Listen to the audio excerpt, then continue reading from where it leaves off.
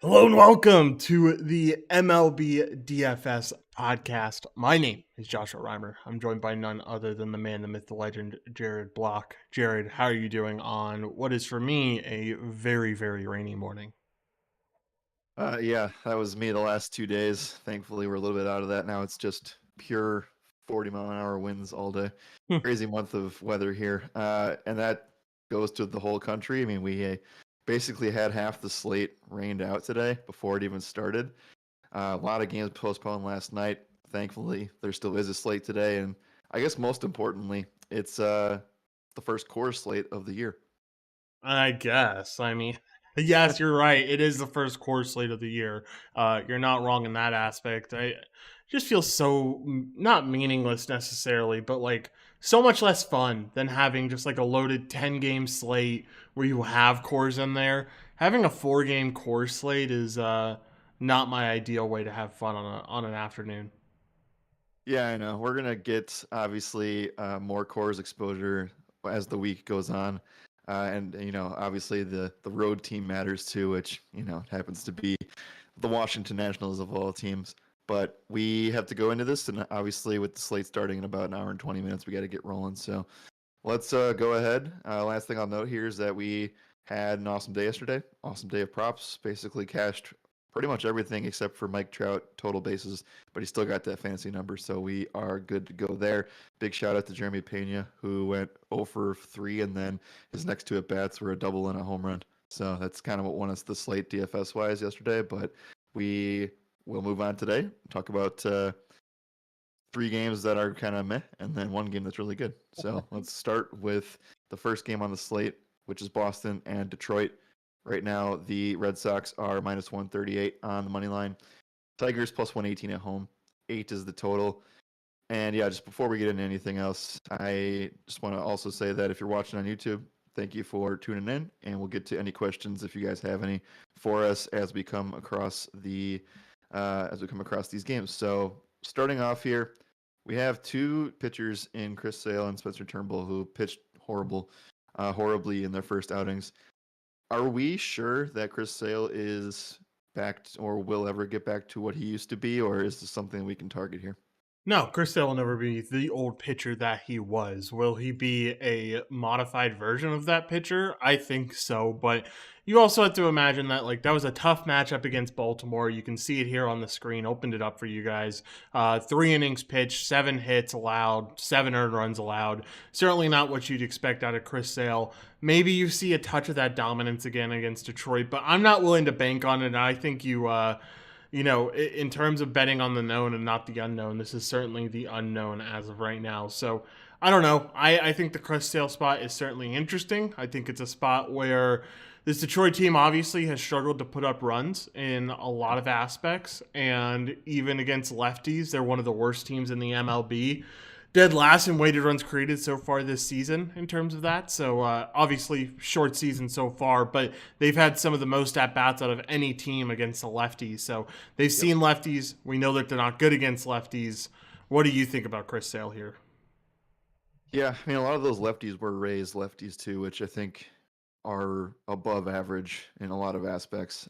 So there's that. But on the other side of things, I think that this game in general obviously should be one of the lower scoring games. I know the total's at 8. I could really see this being like a 3-1 type of outing today. I mean, there's a Really? chance that Chris. Yeah, I think so. I mean, I'm not too. It's cold. There's a lot of wind just left to right. I mean, I know a little bit of it's going out towards left a little bit, but it's not. I'm not stoked about this game. I do have one play from Detroit, and it's going to be the leadoff guy, and Matt Vierling. I think the hard contact number looks good. He's not striking out really. There's the ground ball rates, one of the lowest on the team. I mean, I'm not stoked about it, but that's something to look at least in terms of that. But I don't know. I think that people will look at Sale today in terms of an SP2 play on DraftKings, and that your SP2 options are limited today, so I could see you going and doing that. But I also don't feel great about Sale actually getting a win here. Like, I really don't. Yeah, I don't feel good about it either. I'm most likely going to stay away from the Sale spot. I'm surprised you say it's going to be a 3-1 game. Like, I understand the weather Yeah. and everything, but Turnbull sucks. Like, I think Turnbull, he had the whole year off last year to come back from this injury. I think it's going to take him a lot of time to get acclimated. This Detroit team is the fourth worst bullpen in baseball right now, one of the worst bullpens on the slate.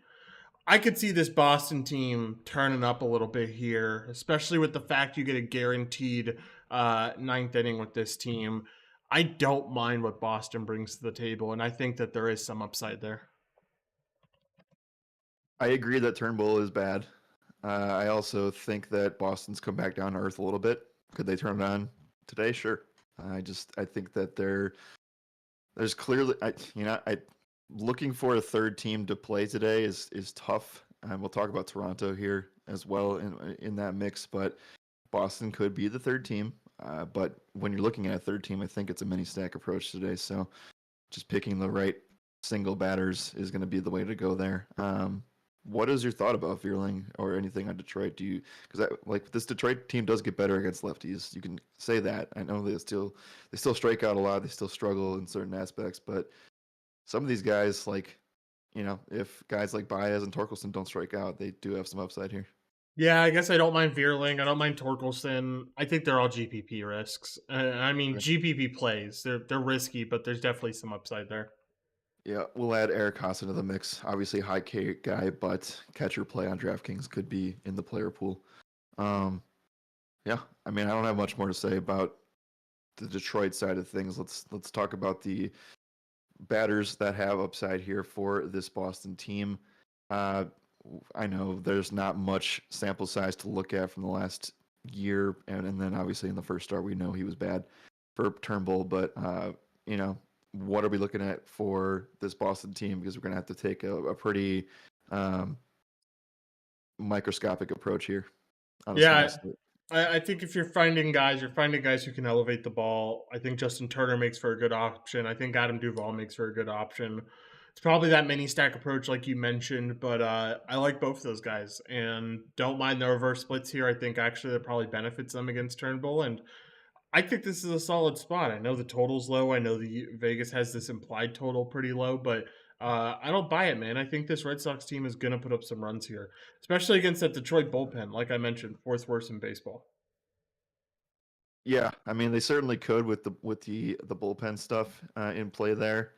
I think that's.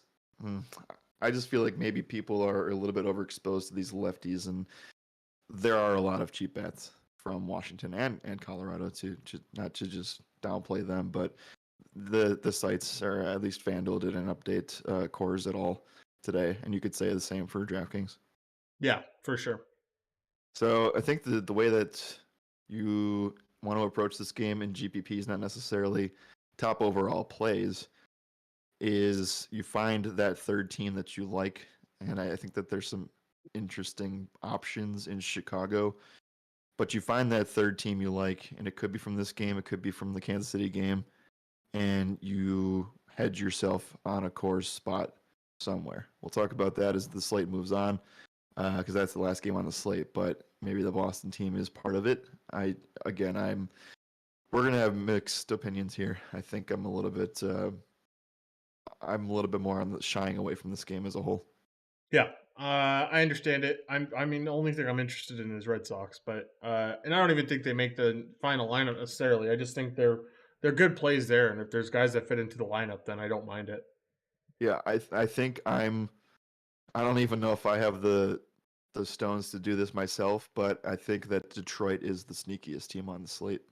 So it could be really bad, like right, but I think that there are guys that if they're not striking, if Sale doesn't have the swing and miss stuff today, I still think that he can get Ks, but you do have a lot of they were once good against lefties, but they're not as much anymore. Mainly talking about Jonathan Scope, Miguel Cabrera. But yeah, Sale's got to go up against 8 righties today. The only left to being Riley Green. Yeah, and it should be interesting to see how he does off of that terrible opening day performance, or not opening day, whenever he pitched, Yeah, his opening yeah. performance. All right, anything else in this game, Jared? If not, we should move on. Keep time short No, here. no. Toronto, Kansas City is going to be next here. Right now, the Blue Jays are minus 225 on the road behind Kevin Gausman. Jordan Lyles plus 188 at home. 8 is the total for this game. Weather for this one in Kansas City, temperatures in the mid 50s. Basically, it's all the same kind of weather for these first several games. And then the Coors spot is just, it's relatively the same temperature as well. Wind is blowing in slightly towards the first baseline, 5 miles an hour. Kevin Gausman is basically, the head of what we need to focus on for pitching today. We can talk about the pitching matchup in the Chicago game, but obviously I think that many people will be on the Kevin Gausman spot against Kansas City. Royals only had 2 hits yesterday. It's going to be a spot where I think that you can go right back to the well on the Gausman spot. Pretty good performance in the first game for Toronto. So lots to look at here for the Toronto side of things, but let's take a look at the Gausman spot first. Yeah, I like the Gausman spot, man. I mean, we obviously know he has a solid xFIP. He has a really good K rate at 28%. Oh, this is between this year and last year, by the way. Ground ball rate's good, hard contact's good. At the end of the day, you just have such limited options on this slate. This is kind of the default guy. So Yep. I can't talk him up like I'm all that excited about the play because I'm not. If this was a larger slate and we had other options, Gausman wouldn't probably be in my top 3 today. But sadly, you gotta put someone there. So I think Gausman provides some opportunity today that is definitely solid. All the massive elite pitchers pitched yesterday, so unfortunately, I basically, it was a weird slate yesterday, and I said it was very, very clear cut, very clear cut and dry slate where I knew exactly what we wanted to do, and today is pretty much the same, and it's even easier probably than yesterday, and you're just saying you're playing Gausman and cash. Yeah, for sure. Yeah, I don't even want to. I mean, we can mention guys that could rough him up. I know he's given up more hard contact to the right-hand side of the plate, but this team just strikes out so much. They have a 23.5% K rate against this handedness. And like maybe Pasquantino could be a guy that gets to him if he doesn't, because he has the lowest K rate on the team. But again, this team put up 2 hits yesterday. So I think that they're just going to remain cold to start the year. I think they've had one really good game, and that was against Barrios. Yeah. And I agree with you. I don't think I have anything else to touch on here. Toronto hitters is something that we can look at. Jordan Lyles has an xFIP of 5.18 dating back to last season, 18% K rate, so sub 20% to both handedness. The ISO is a lot higher to lefties, so that's kind of where I want to start with this conversation because I understand that they have improved on this. Toronto has. They're going to lose a big bat in George Springer today, but that maybe could help them in the spot succeed more against Lyles where they're not as righty dependent. I know a lot of these lefties are at the bottom of the lineup today, but at least we get Dalton Varsho in the 3-hole, Brandon Belt the 6-hole, and then you round out things with Biggio and Kiermaier in the 8-9. People are going to look a lot, take a hard look at guys like Bichette leading off, Guerrero who hit a home run yesterday, Matt Chapman's got really good BVP in this spot against Lyles. I know I've touched on like everybody, but I want to talk about how people could mess up rostering Toronto today. Really? I don't think so. I like Toronto. I feel like no. I do. I'm just saying they might pick the wrong bats. I guess, but like you got to pick a righty in here. It's not like Lyles is awful or really good against righties. Like No, he's not. he's certainly better against righties. But I think there's some guys you can attack. I really like the Chapman play. Chapman's like one of my favorite hitters on the slate. He's one of the best plays. Has the BVP obviously, but beyond that is the hottest hitter in baseball right now with the highest batting average in baseball with 50 plate appearances to beat the qualifier there. So Chapman's been, he hasn't been necessarily getting the big hits, but this could be a spot where you get the big hits against a guy like Jordan Lyles, who we know is susceptible to damage and we know doesn't get much soft contact. So I like this Chapman spot a lot. I love the Dalton Varsho spot. I think this is a heavy contender for that mini stack that you were mentioning earlier in the show. Yeah, I think that I like the spot a lot, and you're gonna find yourself if you're messing around with money on sites and you're running out of money. You need to start over and do it again because you can do whatever you want today, even with Gausman pitching. And I do think that people I don't know. I just feel like I'm not as I mainly wanted to say I'm not as high on Vlad today, and I think a lot of people will be. Um, Bichette I still like in the leadoff spot, but really, really where I want to get that is like the 3-4 or a 3-4-6 or something like that. With for our show Chapman and Belts, it's no surprise really. There's not any really. There's like I only wrote up 3 BVP plays, and one of them is even questionable at best. It's kind of just data driven. Um, but Chapman is the best overall play for that. So I think a lot of people will be there, and I have no issues with it. Unfortunately, the only thing we have for Chapman, there's nothing on Prize Picks, and the only thing that Underdog has is a half a single. They're So scared. there's not. Yeah, I know. Yeah, exactly. So if you're playing on a different book and you have the ability to hit to find a Chapman home run, I found it on FanDuel Sportsbook for plus 400. I think that's a really solid spot to start. Total bases, he's going to be in a great spot today. Yeah, I would probably maybe even ladder total bases if you can. I know FanDuel has the option to go all the way up to 4 plus, so gonna go look at maybe what those odds are. If you can get the 2 plus or 2 plus bags, 100 plus or better, then I think it's something you could definitely look at and definitely at least consider. Looking at that right now, batter props over on FanDuel Sportsbook to record 2 plus bases. Two total bases would be, where is he? Plus 100 for Chapman. You can go all the way up to 5 plus total bases. That would be plus 650 for Chapman. I honestly, I'd rather take the 5 total bases uh over the home run. You know, maybe you end up Yeah. getting screwed and you only get a home run out of him today. But if he's hitting a home run, it means he's going to continue to be hot. It means that hot streak is just keep going to keep on riding, and I would be willing to bank on him potentially getting another hit for another 250 plus odds there. All right, I think we're all good here. I don't think I have anything else. It's pretty simple. Blue Jays, Kevin Gausman, play them in cash at the very least. In tournaments, I don't think there's much to get different with in this game. You get different elsewhere. Right. Yep. You just go rock chalk and you go on. I don't have any interest in anything that the Royals bring to the table today. So let's go ahead and keep going here. San Francisco, Chicago. Right now, the Giants are plus 110 on the road here. The White Sox minus 130 at home. Wood versus Lance Lynn. Over under is 8 here. And for the weather in Chicago, right now the temps are in the high 40s. We're going to get to a spot where there's a lot of wind blowing out in this game, 15 miles an hour towards left center. So let's go ahead and start with the Alex Wood spot and the Chicago White Sox bats. Over the last year or so, the spot for Alex Wood, he's got a really solid xFIP at 3.9. The K rate's at 23%, which gets up to 28% when he's going up against lefties. The hard contact is pretty held in check. He's definitely a good ground ball pitcher. He's going to get a lot of righties today, though. So let's go ahead and start with this first. Are we interested in pitching Alex Wood, or are we more focused on maybe a mini stack for these Chicago bats? I think more interested in a mini stack for these Chicago bats. I like this team. I like their upside here. I like that they're very righty heavy. I like how a lot of these righties are lefty smashers at the end of the day, whether it be a Tim Anderson or Andrew Vaughn. You know, all these guys are pretty good with hitting against lefties. So I have some interest in this White Sox team. Like Tim Anderson, especially after the suspension yesterday. You know, he's or not suspension, the ejection yesterday.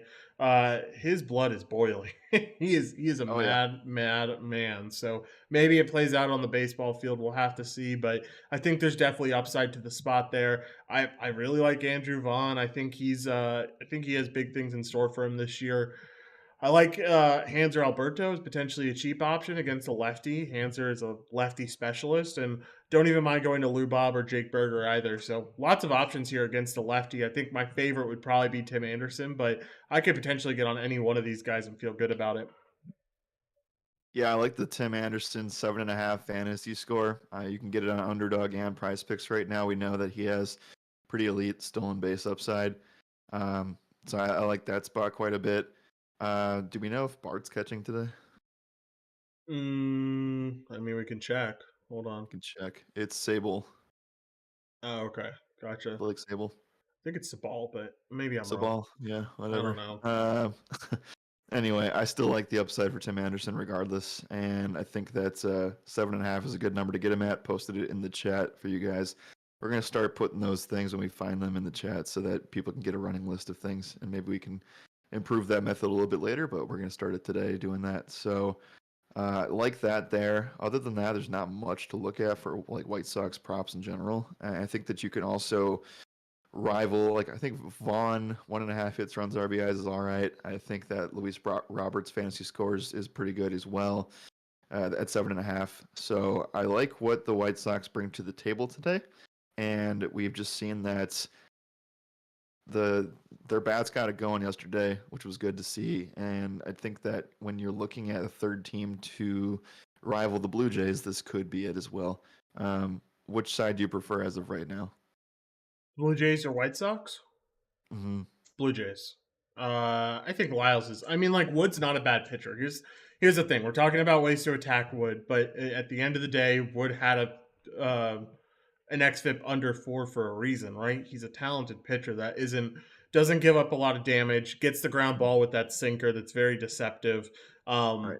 He's has a decent K rate to both sides. He doesn't walk guys. Like this is not a gas can in Alex Wood. So we're talking about White Sox hitters because it's a 4-game slate and there really Right. aren't a lot of options here today. So I am definitely more so on the Blue Jays take. Lyles is a bad pitcher, in my opinion, or at least definitely worse than Alex Wood when you compare them side by side. Right. Exactly. I will also say to the last point, and we can move on to Lance Lynn. This White Sox team doesn't strike out outside of Jake Berger and Zavala to this handedness. So I mean, yes, they do, and they probably will at some point today. But I think the strikeout upside for Wood is gone. So you're gonna find him probably trying to game manage and get those ground ball outs. Which if those people don't elevate the ball, then that could be a long outing for the White Sox today. So we'll see how it goes. But let's talk about Lance Lynn here. 4.1 xFIP over the last calendar year or so. 24% K rate, really good stuff against righties, limiting hard contact. He pitched pretty well against the Astros, and then kind of fell apart towards the end of that. I believe like right as he was leaving the game. But a good solid first outing for him, all things said, against that offense. So against the San Francisco Giants team, the first thing that I noticed really is like this offense just isn't good to start the year off. How rude. Didn't they just score like 14 runs the other day? Or Uh, something silly? Am I I wrong mean, here? Am I? they did not do well against the Yankees, and I know they they didn't did do not well do well against the Yankees. yesterday. That's also So the there might have been first. one game. Oh, we're gonna look this up. San Okay. Francisco. Maybe I'm Either wrong. way, I think this lineup is going to. Well, personally, we don't have time to get into this, but I have them finishing fourth in the NL West this year. Yeah, I just don't believe in it. we don't have time to get into it. They've scored 15 runs the past 2 days. They had 12 runs on April 3rd. That's on Monday. All right, Uh, I'll give them one game. Monday, Thursday, or Tuesday, whatever. Regardless, the point is that there are some definite power hitters in this lineup. I could see some lefties potentially getting into Lance Lynn.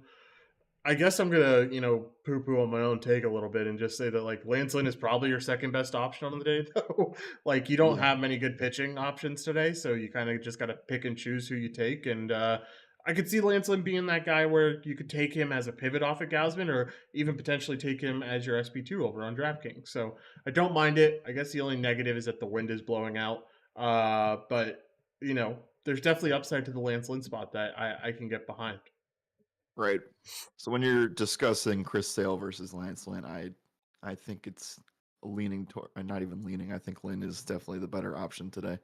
So Chris Sale's I probably the don't more know. popular one.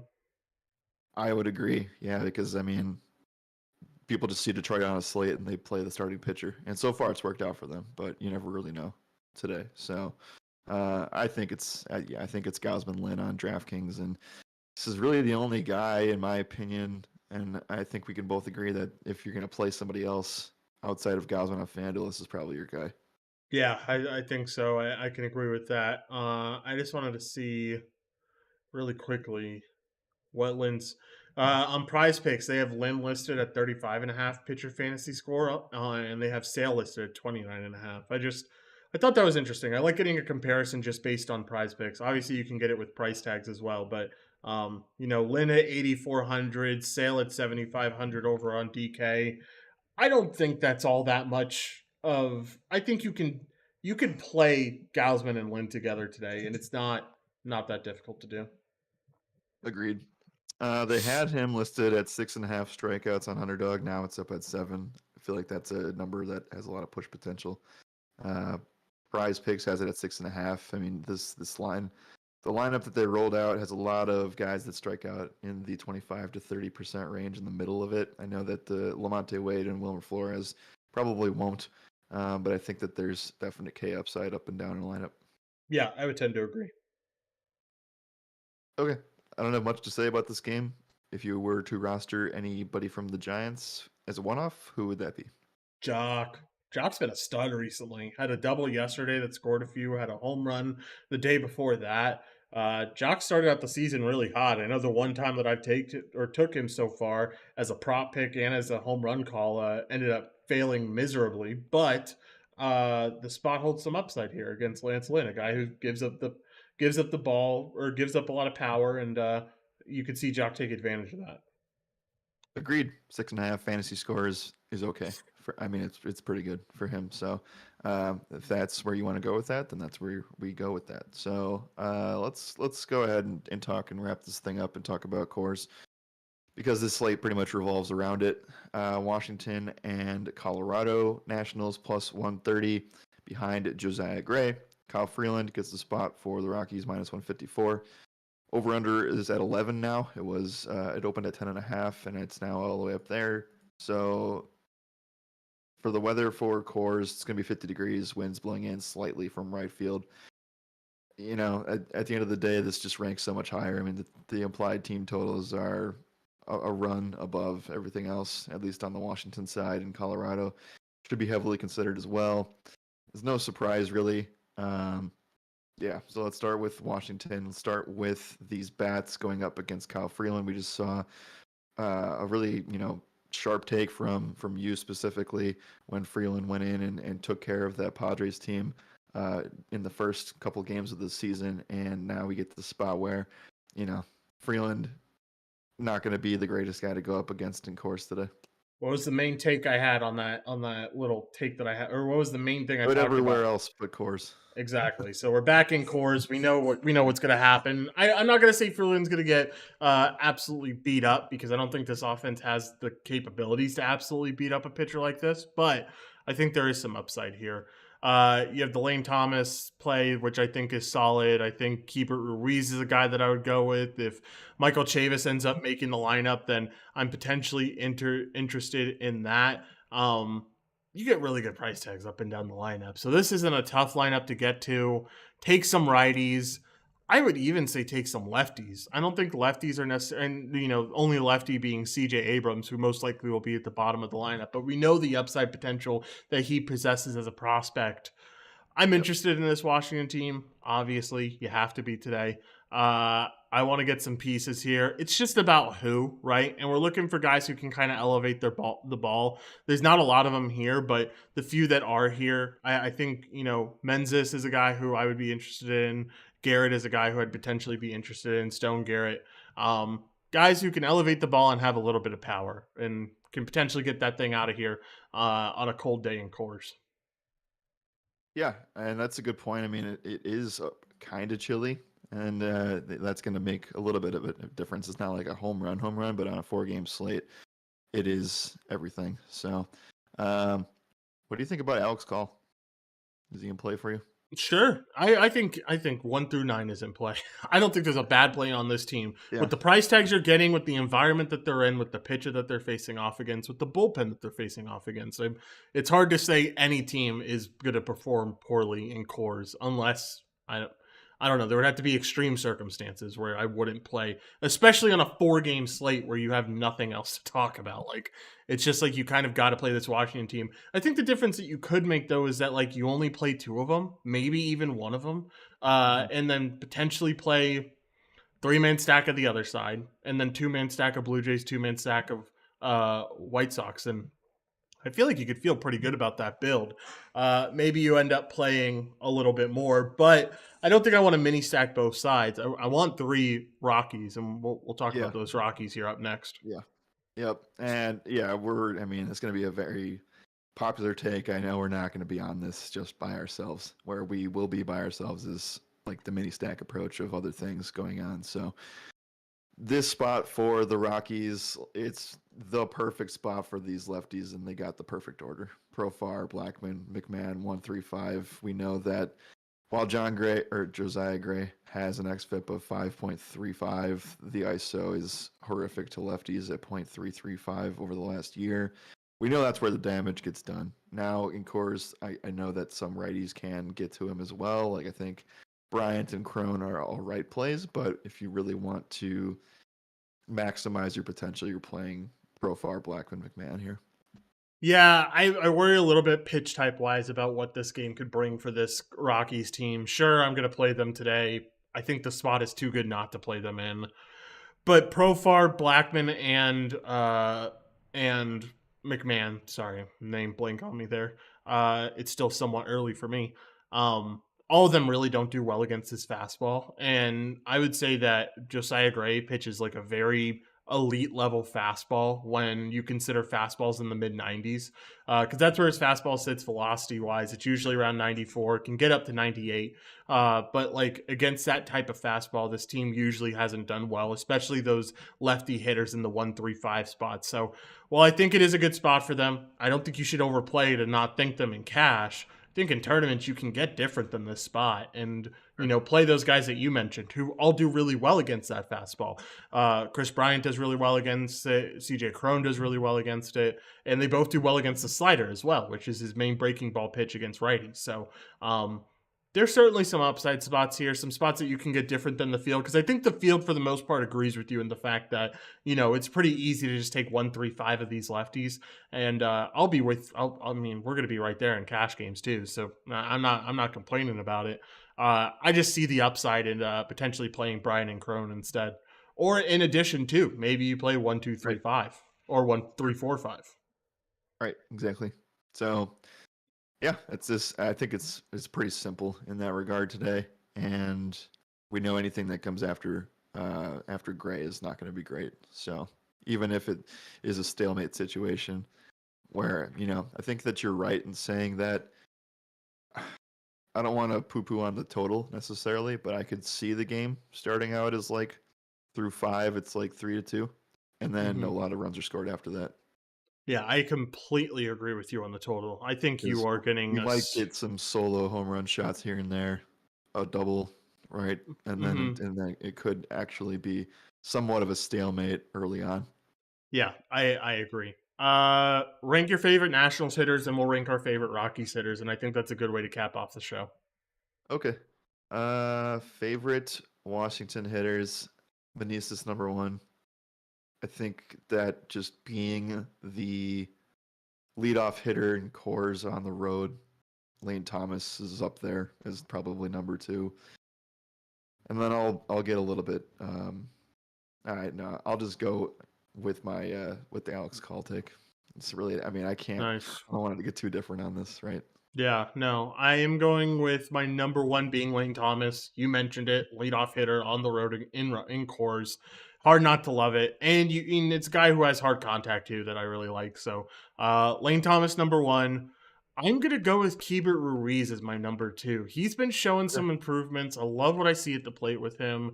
I think he's gonna really soon be that top level prospect that this Washington team really needs him to be to pay off for that Trey Turner trade. After that, I'll go with Menzies, and then I really like Stone Garrett, man. The fact that you're getting him at such a cheap price tag when he's a known lefty slugger is very interesting. I'm shocked that he's so cheap. So his K rate is obviously really high, but that's not something you really need to worry about against Kyle Freeland. So I'm game for it. I'm down. I like the play. Plus he has the best name in all of baseball. Yeah, Stone Garrett is pretty sick name. Not gonna lie. All right, Rockies hitters. obviously the cash game approach is going with the 135 here, but I'll throw out another name and I'll at least say like I think CJ Crone being the same price or similar price to Vlad, and being one of the more expensive bats on the slate, feels like people will overlook that when they'll play Meneses at first base, and I think that you can, if you want, you can pay up all the way. There's no issues with money today. Yeah, for sure. I will go with you said we're avoiding the 135. I'll avoid the 135 too. I really like Chris Bryant in this spot. He's got on base every single game so far this season. He's gotten a base hit every single game so far this season, which is a big, I think that's a difference maker compared to getting on base every game. If you're getting a hit every game, you're seeing the ball extremely well. We saw that power come through in the last one where he got a double. Hopefully the power comes through even more against Josiah Gray in a spot where he definitely has that home run upside. And he's a low K rate guy. I think that's one of the biggest things, right? You're facing off against a very good strikeout pitcher in Josiah Gray. He doesn't do a lot of things well, but he does strike out individuals very well. So Bryant might be a guy where he can take advantage of that and potentially get one out of the park today. All right. I think we're all good, Jared. Any other final thoughts? If not, let's get out of here, man. Yeah, it's not a very heavy day for props. We'll obviously be posting more on bigger slates like tomorrow. But yeah, this is a very cut and dry slate. The last two have been, this one even more than yesterday, and it's just because of all the postponements that we had. So things are going to be pretty concentrated. I think where we still get different is targeting the right bats in cores, and then also getting that third stack right. I think is going to be the difference maker today. I would agree. All right, man. Let's get out of here. Thank you all for listening. We greatly appreciate every single one of you that are in here. Make sure to tune in. We finally get back to normal times tomorrow. Thank goodness. I'm sick of I'm not sick of day baseball, but I'm sick of podcasting for day baseball. Can't wait to be back to normal times tomorrow, 2 p.m. Central. Make sure to catch us there. Again, thank you all for listening. And as always, my name is Joshua Riemer. Good night and good skill.